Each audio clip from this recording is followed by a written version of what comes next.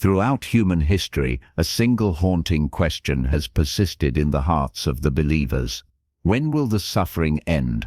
When will injustice be overturned? When will truth finally and decisively conquer falsehood? Every era of oppression has sparked this hope, this prayer for a divine savior. In the darkest hours, the faithful have always turned their eyes to the horizon, awaiting a promised deliverer. This is not a mere myth or a vague hope. In the rich tapestry of Islamic eschatology, the knowledge of the end times, this figure is clearly described. He is not a divine being, nor is he a prophet.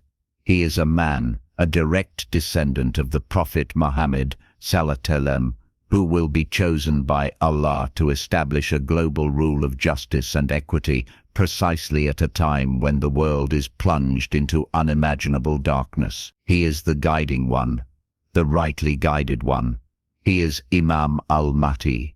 This is the story of his coming, his characteristics, his trials, and his ultimate, fateful confrontation with the greatest evil the world will ever know.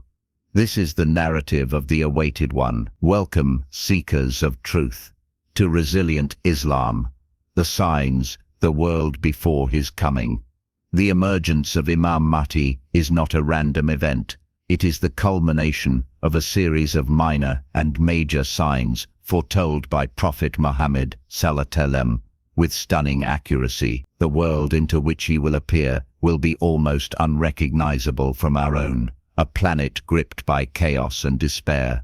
The minor signs, many of which we witness today, will have become commonplace. Knowledge will be lifted, ignorance will prevail, time will contract, music and intoxicants will be ubiquitous, and trust will be broken until a man can barely trust his own family.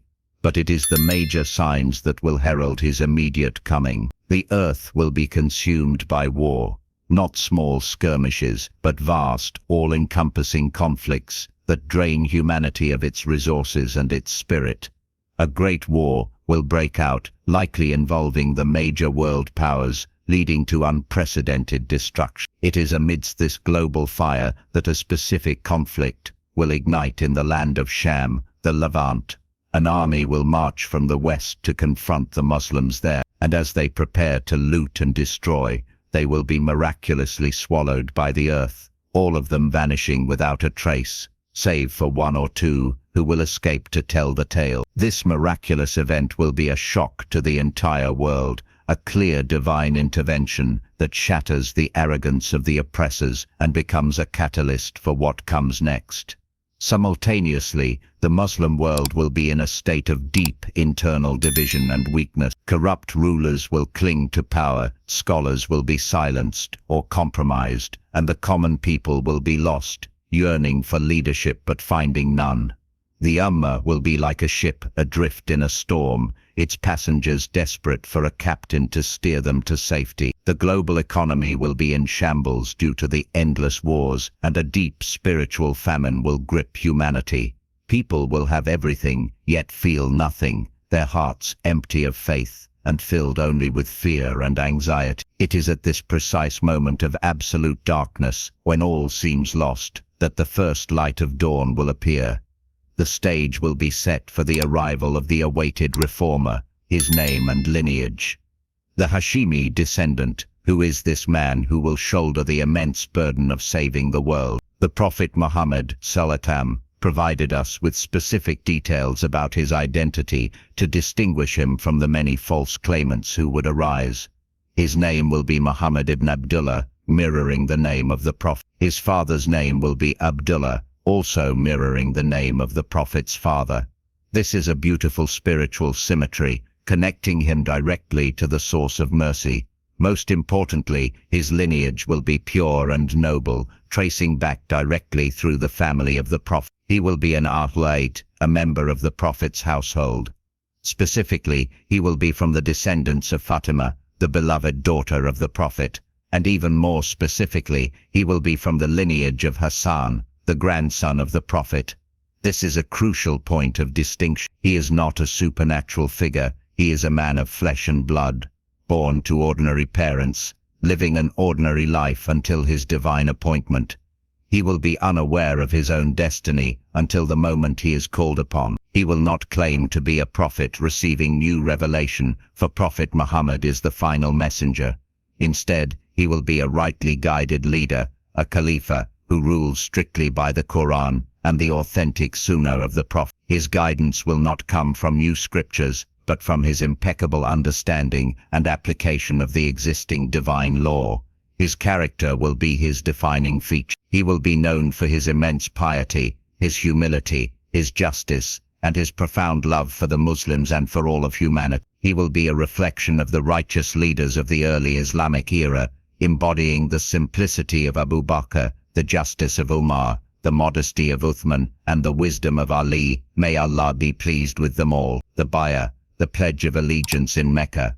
The precise mechanism of his rise to leadership is as dramatic as it is divine. He will not seize power through a military coup or a political campaign. His authority will be bestowed upon him by the consent of the believers in the holiest place on earth.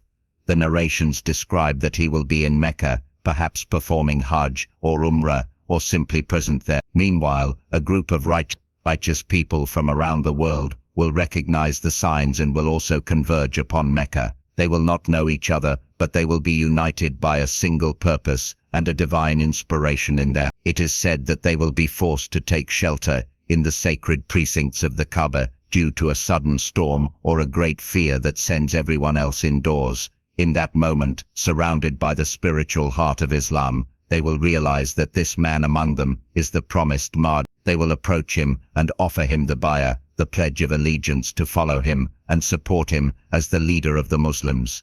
Initially, Imam Mahdi will refuse. He will be a humble man, aware of the immense responsibility and perhaps even fearful. He will try to convince them that he is not the one they seek, that he is not worthy, but they will insist, showing him the signs that they know from the authentic hadith of the Prophet, ﷺ, that apply directly to him: the mole on his cheek, the specific features of his face, his name, and his lineage. Finally, realizing that this is the decree of Allah, and that he cannot escape his destiny, he will accept their pledge.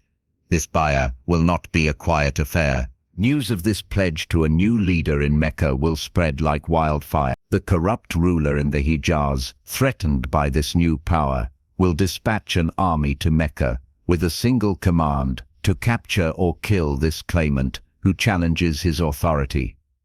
This army will represent the old world order of tyranny, marching to crush the birth of justice. The army swallowed by the earth.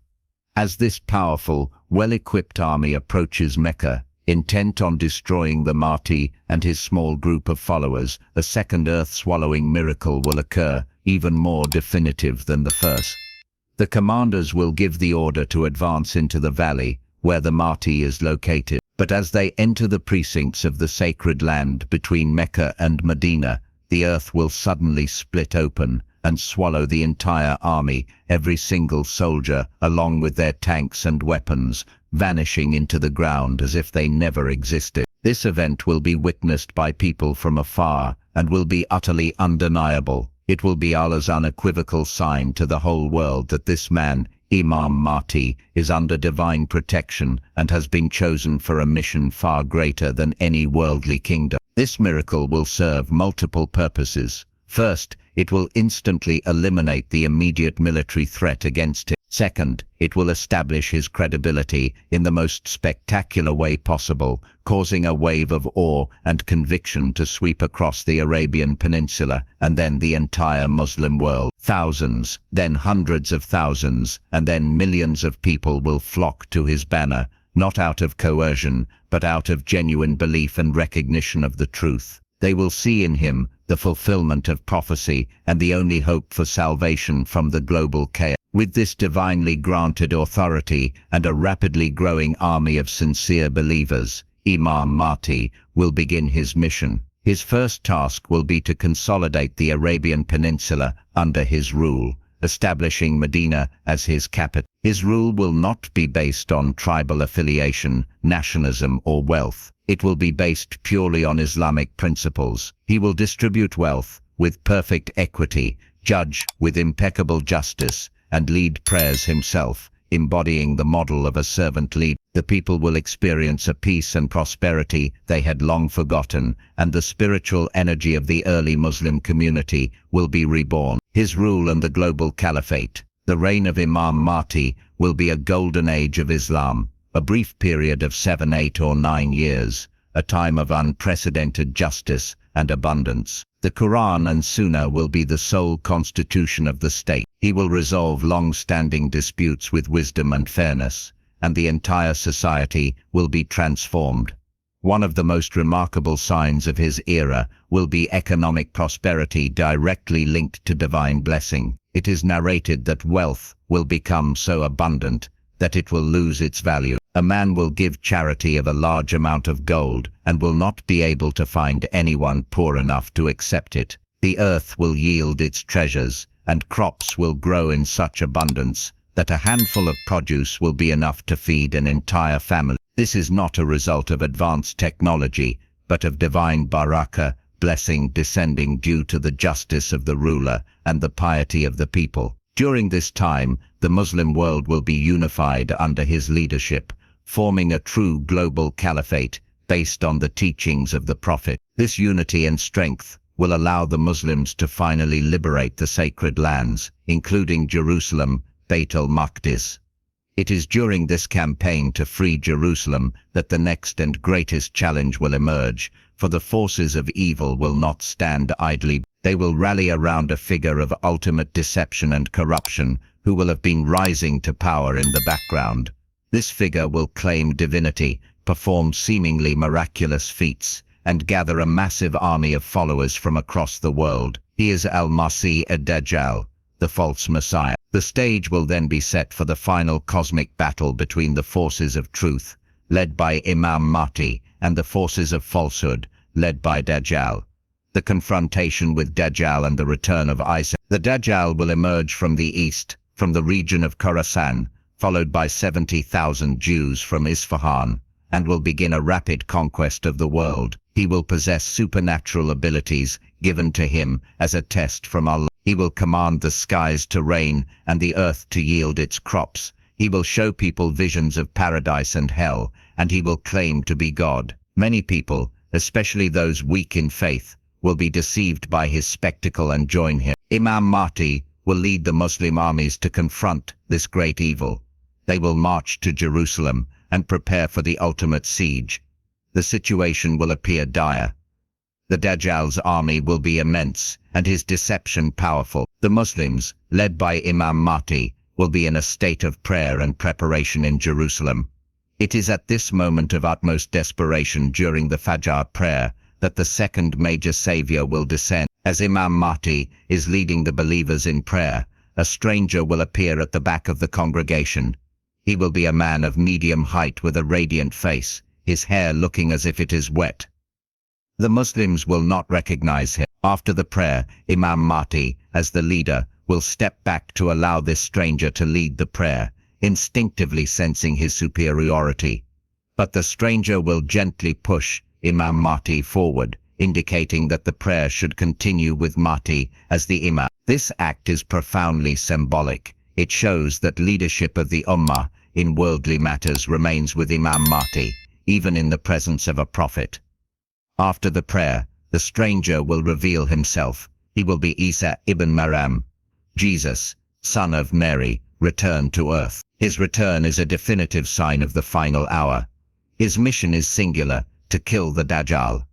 Upon seeing Isa, the Dajjal will begin to dissolve like salt in water, his power and illusion utterly broken. Isa will pursue him and ultimately kill him with a spear at the gates of Lud in Palestine. With the Dajjal defeated, a new era of peace will begin under the joint rule of Imam Mahdi and Prophet Isa. Imam Mahdi will serve as the political and military leader, administering the affairs of the state, while Isa will be a spiritual guide, ruling according to the Quran and the law of Muhammad. He will break the cross, kill the swine, and abolish the jizya, meaning that everyone will accept Islam, leaving no other religion. The world will experience a period of harmony and worship unlike any other in history. Conclusion. The meaning for us today. The story of Imam Mahdi is not merely a fascinating tale of the future. It is a profound lesson for us in the present. It teaches us about the unwavering promise of Allah to never abandon the believer. It reinforces the ultimate triumph of truth over falsehood, a triumph that is promised by Allah himself. The narrative of Imam Mahdi provides a roadmap for the end times, allowing believers to navigate the coming chaos with faith and clarity, not being deceived by false messiahs or despairing at the apparent strength of evil. Most importantly, it is a call to action. We are not meant to wait idly for Imam Mahdi to solve all our problems. The scholars explain that our duty is to strive to create the conditions that would allow a righteous leader to emerge. This means purifying our own hearts, adhering steadfastly to the Quran and Sunnah in our personal lives, calling towards good and forbidding evil, and seeking knowledge. We must cultivate the qualities that Imam Mahdi himself will embody: justice, honesty, piety and humility. The coming of Imam Mahdi is a sure promise from Allah and his messenger. Silati, our belief in it, is a part of our faith. It is a beacon of hope that shines through the darkness of our current age, reminding us that no matter how powerful corruption seems, a divine dawn is destined to break. Our role is to be among those who recognize that dawn and hasten towards its light. We must pray to Allah to allow us to live in that era of justice, to be among the supporters of the Mahdi, and to die upon faith. Until that day, we walk the path of resilient Islam, steadfast and hopeful, trusting in the plan of Allah. Thank you for joining us on this journey into the future, here on the Resilient Islam.